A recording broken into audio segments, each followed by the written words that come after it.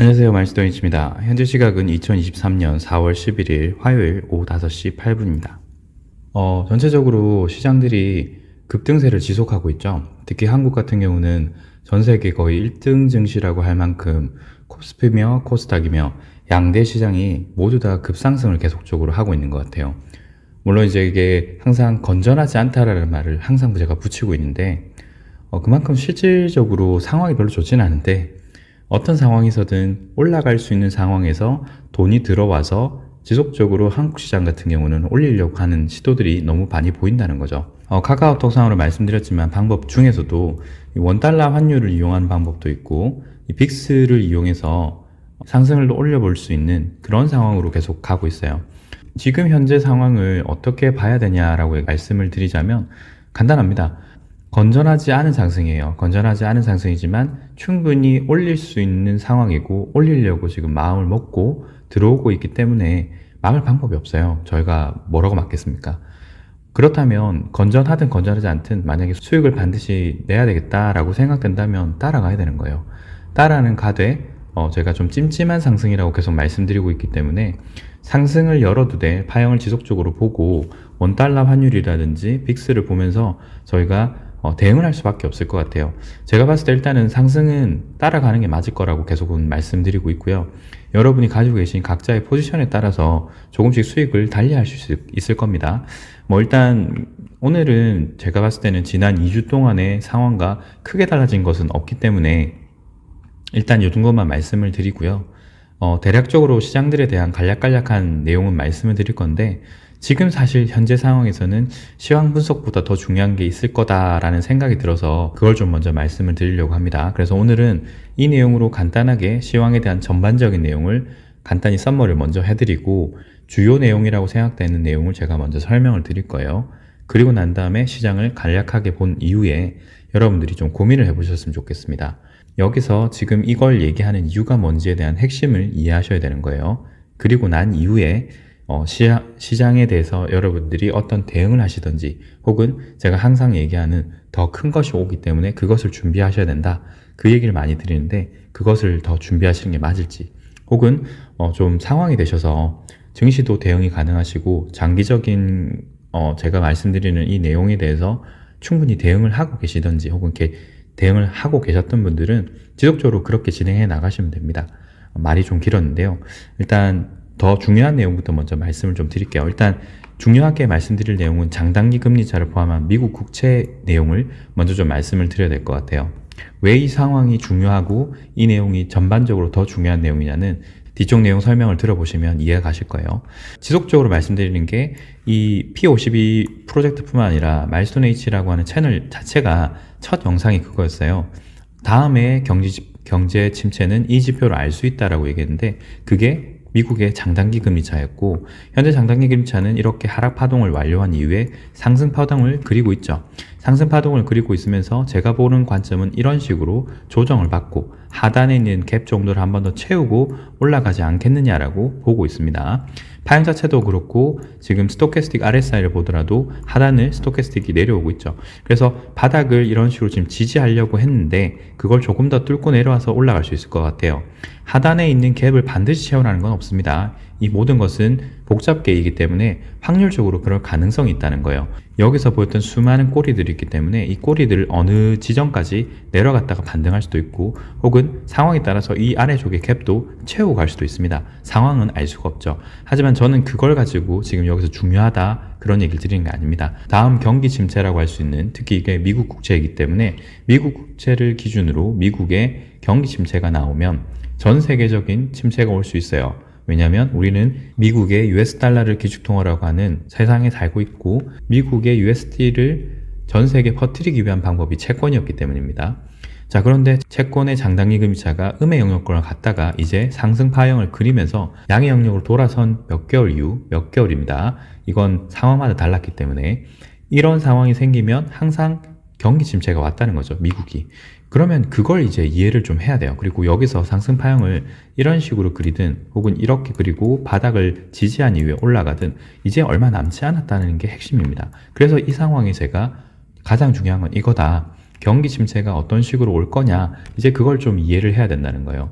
그럼 경기 침체가 이렇게 계속 왔다라고 생각하니까 당연히 기존과 같은 경기 침체라고 생각할 수 있는데 그게 아니기 때문에 중요하다고 말씀드린 거고, 오늘 영상의 반 이상은 아마 이 얘기로 갈 거예요.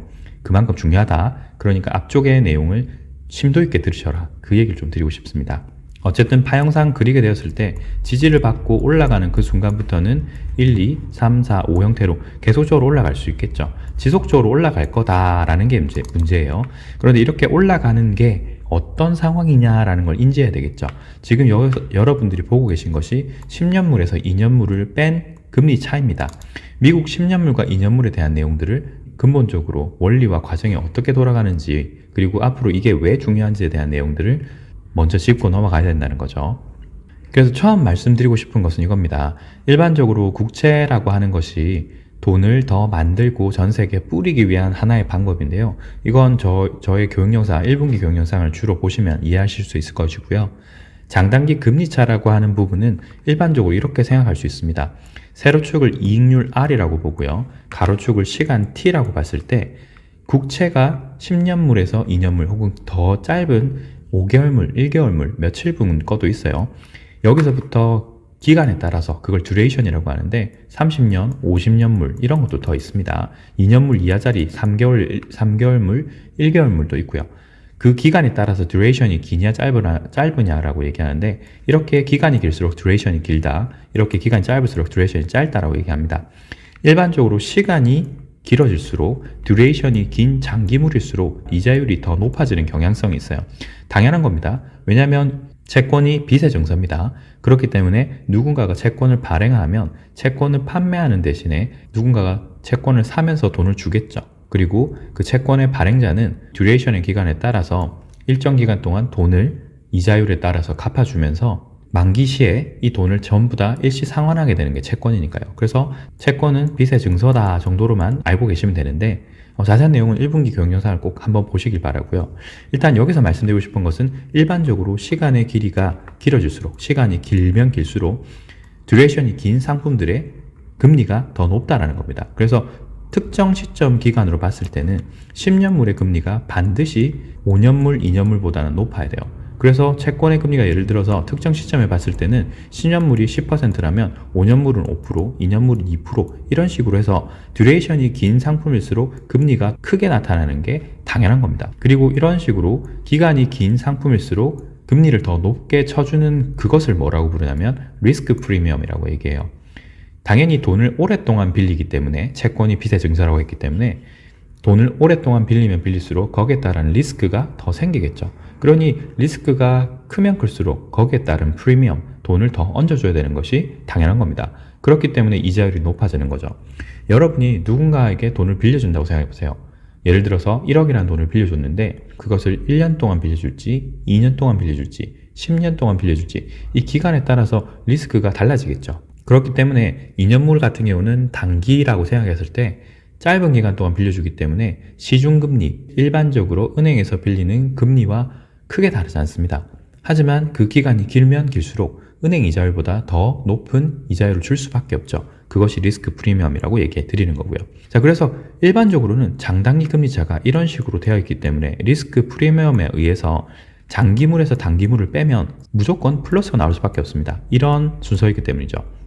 그런데 지금 우리가 겪고 있는 것은 장단기 금리차가 음의 영역이죠. 그리고 제가 앞서 설명드릴 때 다음 경기 침체는 이것만 보면 알 수 있다라고 했고, 그것이 장단기 금리차가 역전이 되는 현상을 말씀드렸어요. 자, 장단기 금리차가 역전된다, 이런 상황인 거죠. 장단기 금리차가 역전이 되려고 하면 2년물과 10년물의 위치가 바뀌면 됩니다. 단기물일수록, 즉 듀레이션이 짧은 것일수록 더 높은 금리를 쳐주면 되는 거죠. 앞서 나왔던 자료들과 완전히 반대입니다. 10년물과 2년물이 위치를 딱 바꾸면 어떻게 되느냐, 장단기 금리차가 음이 되는 거예요. 자, 그러면 이 장단기 금리차가 음이 될 수밖에 없는 조건이 있겠죠.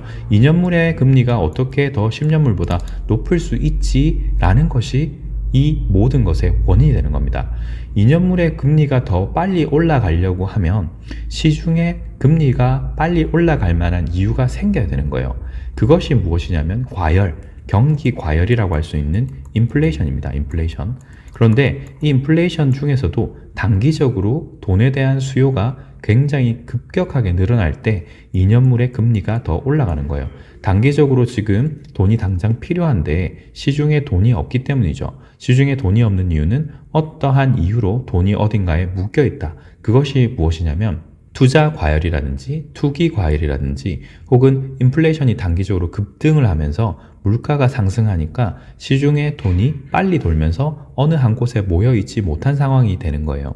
그러면 10년물보다 2년물의 단기 금리가 월등하게 빨리 올라갑니다. 뭐 그렇게 될 수 있겠죠. 그런데 그런 현상이 어떻게 경기 침체를 만들 수 있느냐가 핵심인 겁니다. 자, 장단기 금리차에 대한 내용들을 간단히 보셨으니까 이제 장단기 금리차가 어떻게 경기 침체를 만드는지에 대한 메커니즘을 한번 보자는 거죠. 예를 들어서 이런 겁니다. 여러분이 원금 500원을 가지고 계신데요.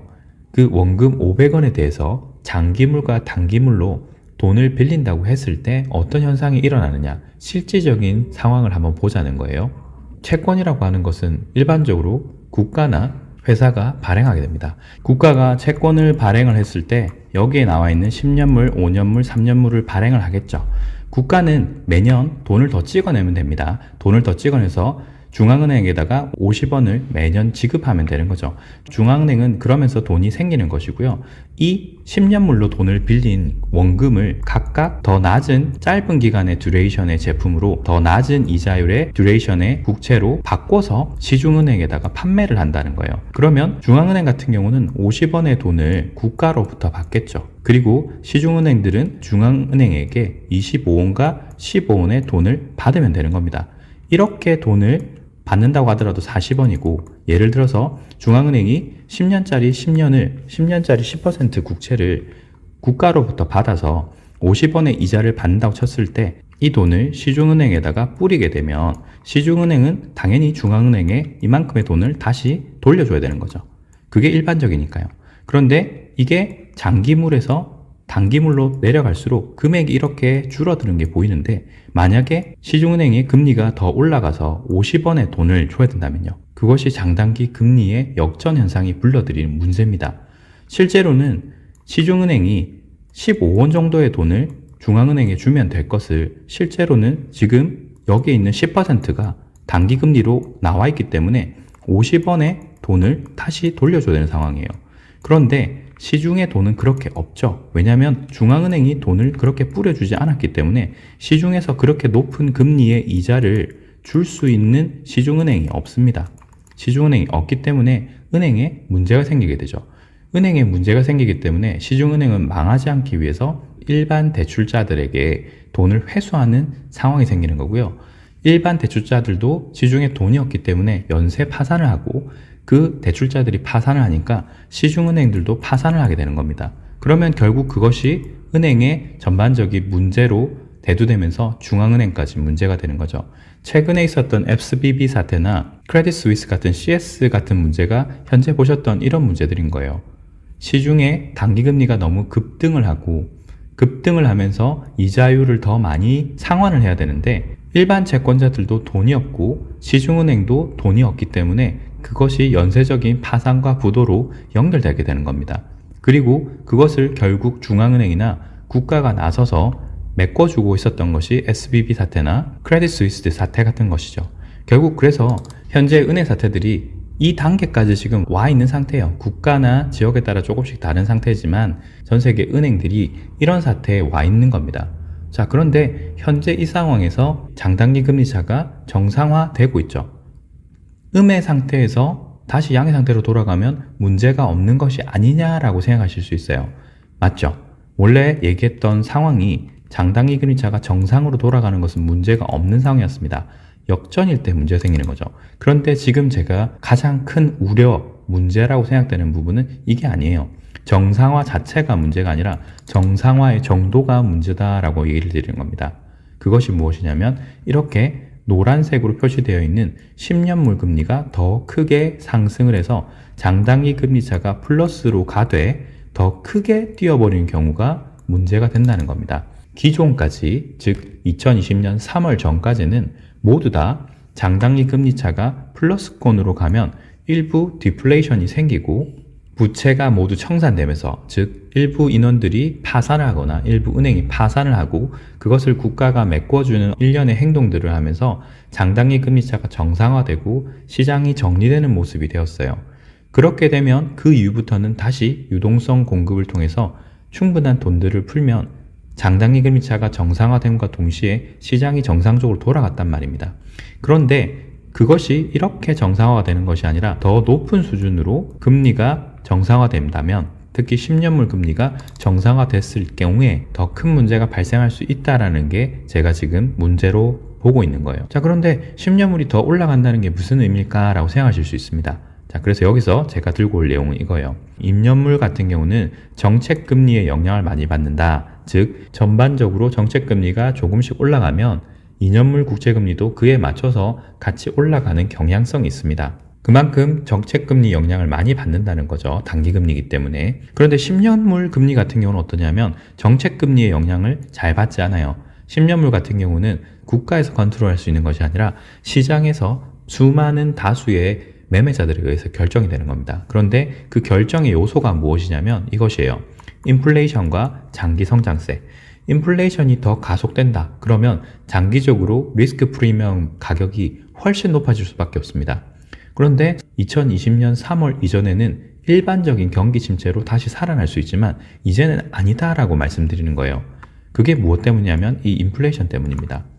지금까지 단기적으로 1, 2년 정도죠. 정확하게는 2021년 7월 전후였겠네요. 2021년 7월 전후로 물가 상승이 점점점 나타나기 때문에 페드에서 금리 인상을 지속해왔죠. 그러다가 최근 몇 개월 동안 금리 상단이 높아지지 않겠구나, SVB 사태나 CS 사태를 통해서 금리 상단이 그렇게 높아지지 않을 수 있겠어 라고 하는 안도감이 생겼단 말이죠. 그것으로 인해서 금리 상단이 좀 낮춰지고 금리를 올리는 횟수도 줄어들면서 이제는 금리를 낮출 수 있겠지라고 생각하면서 시장이 반등을 계속하고 있다는 거예요. 그리고 시장이 안도감을 더 가져가는 건 이런 장단기 금리 역전 상황에서 문제가 생기는 은행들을 국가가 즉각적으로 도와주고 있기 때문에 시장이 문제를 문제라고 생각하지 않고 있다는 게 문제겠죠. 그런데 제가 지금 2020년 3월 이후는 다르다라고 얘기하는 것은 이제는 정책금리가 더 이상 떨어질 수도 없고 물가가 잡히려고 하는 신호가 확정적으로 나오지 않을 수도 있다는 게 문제인 겁니다. 2020년 3월 이전과 다르다고 얘기하는 것은 10년물 금리가 앞서 보셨던 노란색 선처럼 급격하게 올라가는 경우가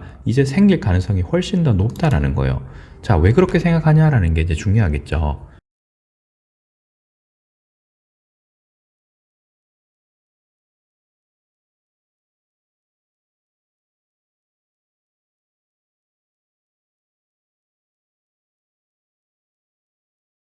그런 생각을 하는 순간 어떤 문제가 생기냐면 이렇게 10년물이 기존 상승폭보다 더 큰 상승을 할 수 있습니다. 자, 그러면 이게 무엇을 의미하는 것이냐? 여러분이 교육 영상을 잘 기억을 해보시다면 국채 가격과 국채 금리는 반대로 갑니다.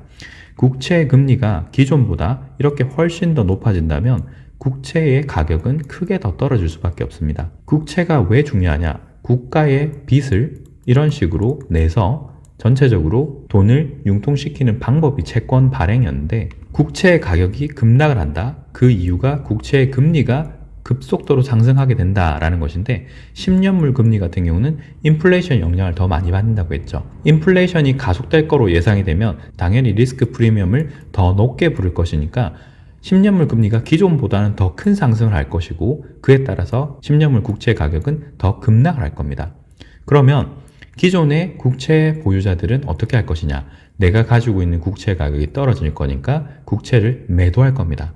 국채를 매도하게 되면 어떻게 되느냐? 전체적인 신용통화가 유지되지 못하고 채권에 의해서 신용통화가 위축되는 상황이 생길 거예요. 특히 현재 우리는 신용통화 시스템에 살고 있고 그 기축통화로 하는 것이 미국 채권입니다. 그런데 미국 채권이 이런 식으로 급락을 하게 되면 전 세계의 달러에 대한 신용도가 급락을 할 거예요. 왜냐하면 채권도 결국 달러로 표시되어 있기 때문에 채권의 가격이 폭락을 함으로써 채권을 투매하는 사람들이 더 많이 생길 것이고 그렇게 되면 달러 표시 채권들의 가치가 급락하면서 시중에 달러가 넘치는 현상이 생깁니다. 그러면 그것이 또다시 인플레이션을 가속시키는 상황이 생기겠죠.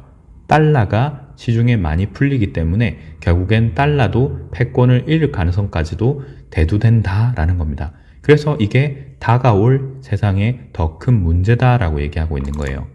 오늘 내용이 조금 어려우실 수도 있습니다. 결론적으로 얘기드리면 이제 미국 채권의 장단기 금리차가 정상화되는데 10년물 금리가 기존보다 더 빠른 속도로 상승을 해서 장단기 금리차의 상승 속도가 더 크게 올라간다. 엄청난 파형을 그리면서 급격하게 상승을 한다면 시장이 인플레이션으로 인해서 물가 폭등이 일어나고 전 세계적인 신용통화의 위협이 될 수 있다라는 게 오늘 영상의 핵심이라고 보시면 될 것 같아요. 그럼에도 불구하고 그런 현상이 나오기 전까지는 전반적인 증시는 지속적으로 상승할 수 있다. 그래서 특별한 경우가 아니라면 단타로 대응을 하되 비중 조절을 좀 하면서 진행을 해야 될 것 같다. 그렇게 말씀드리고 싶습니다. 오늘은 시황이 전체적으로 크게 변동 사항이 없었기 때문에, 그리고 시황 자체가 파형이 아직까지 조금 진행되고 있는 상황이라 연장 형태가 어디서 나올지를 좀 불분명했기 때문에 그것보다 더 중요한 내용들을 먼저 좀 설명을 드린 겁니다. 이 부분을 좀 참고를 부탁드리고요. 오늘 내용 좀 상당히 중요합니다. 중요하니까 앞쪽 내용 이해가 되실 때까지 꾸준히 좀 보셨으면 좋겠어요. 오늘 내용도 도움이 되셨길 바라겠습니다. 오늘 내용 여기까지입니다. 시청해주셔서 감사합니다.